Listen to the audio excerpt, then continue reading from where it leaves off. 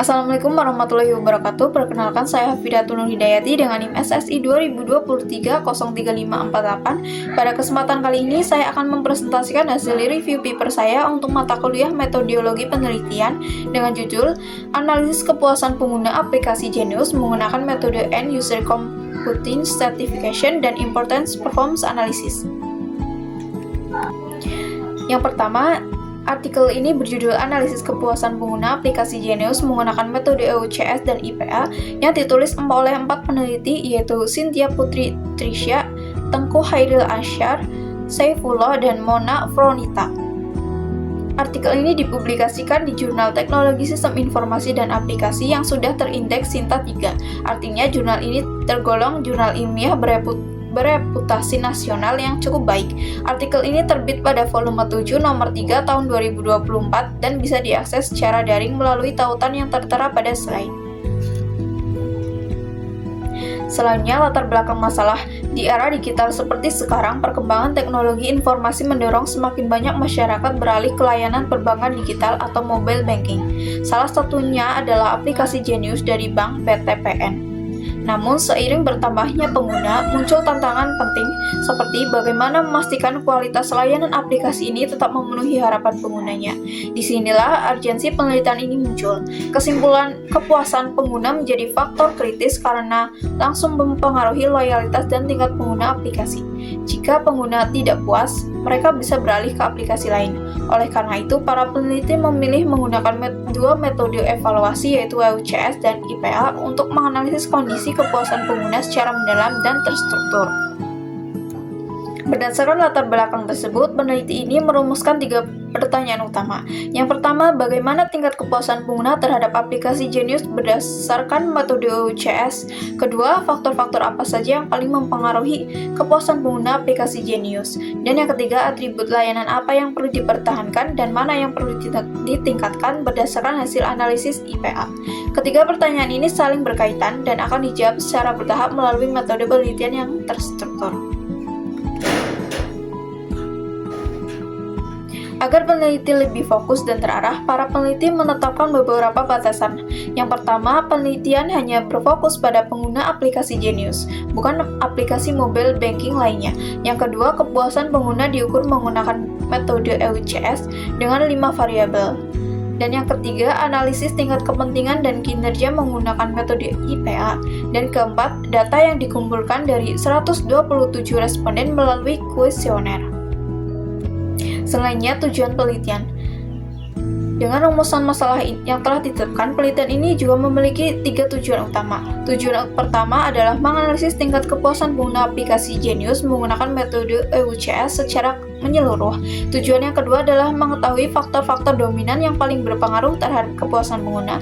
Dan tujuan ketiga adalah mengevaluasi kualitas layanan menggunakan IPA, sehingga diketahui aspek mana yang sudah baik dan perlu dipertahankan, serta aspek mana yang masih perlu diperbaiki. Ketiga tujuan ini dirancang untuk memberikan gambaran lengkap tentang kondisi layanan aplikasi Genius dari sudut pandang pengguna. Selanjutnya, subjek dan objek penelitian. Subjek penelitian ini adalah 127 pengguna aktif aplikasi Genius yang menjadi responden kuesioner. Karakteristik mereka dianalisis berdasarkan jenis kelamin, usia, pekerjaan, domisili, dan intensitas penggunaan aplikasi. Jumlah 127 responden ini ditentukan menggunakan rumus Slowin agar sampel representatif. Sementara itu, objek penelitiannya adalah tingkat kepuasan pengguna itu sendiri diukur melalui 5 variabel EUCS. Hasilnya kemudian dianalisis dengan IPA untuk memetakan atribut layanan ke dalam 4 kuadran. Selanjutnya, metode yang digunakan. Penelitian ini menggunakan pendekatan kuantitatif dengan 2 metode analisis utama yang saling melengkapi. Metode pertama adalah EUCS atau End User Computing Stratification. Metode ini mengukur kepuasan pengguna terhadap sistem informasi melalui 5 variabel yang diisi melalui kuesioner berskala Likert. Metode kedua adalah IPA atau Importance Performance Analysis. Metode ini membandingkan antara tingkat kepentingan, seberapa penting suatu atribut bagi pengguna dan dengan tingkat kinerja, seberapa baik aplikasi memenuhi atribut tersebut. Hasilnya dipetakan ke dalam 4 kuadran. Kuadran 1 adalah prioritas perbaikan, kuadran kedua adalah dipertahankan, kuadran ketiga prioritas rendah, dan kuadran 4 adalah berlebihan. Kombinasi kedua metode ini menghasilkan analisis komprehensif, tidak hanya tahu puas atau tidak, tapi juga tahu harus diperbaiki di bagian mananya. Selanjutnya, hasil penelitian. Secara keseluruhan, tingkat kesesuaian kepuasan pengguna aplikasi Genius mencapai 83%. Angka ini menunjukkan bahwa kualitas layanan tergolong tinggi dan secara umum sudah memenuhi kebutuhan pengguna. Dari 5 variabel EUCS, 2 faktor paling berpengaruh adalah akuransi dan koefisien. 0,315 keakuratan informasi sangat menentukan kepuasan, dan konteks dengan koefisiensi 0,280, kelengkapan informasi juga sangat penting bagi pengguna. Namun, ada temuan yang perlu diperhatikan. Hasil analisis gap menunjukkan seluruh indikator bernilai negatif dengan rata-rata minus 0,919. Ini berarti meskipun kepuasan tergolong tinggi, kinerja aplikasi belum sepenuhnya memenuhi harapan pengguna. Jadi masih ada gap yang perlu dijembatani oleh pengembang aplikasi Genius. Setelah menganalisis penelitian ini secara kritis, saya menemukan beberapa kelebihan yang perlu diapresiasi. Kelebihan yang pertama adalah penggunaan metode kuantitatif deskriptif yang tepat dan objektif. Pendekatan ini menghasilkan data yang terukur dan dapat dipertanggungjawabkan secara ilmiah.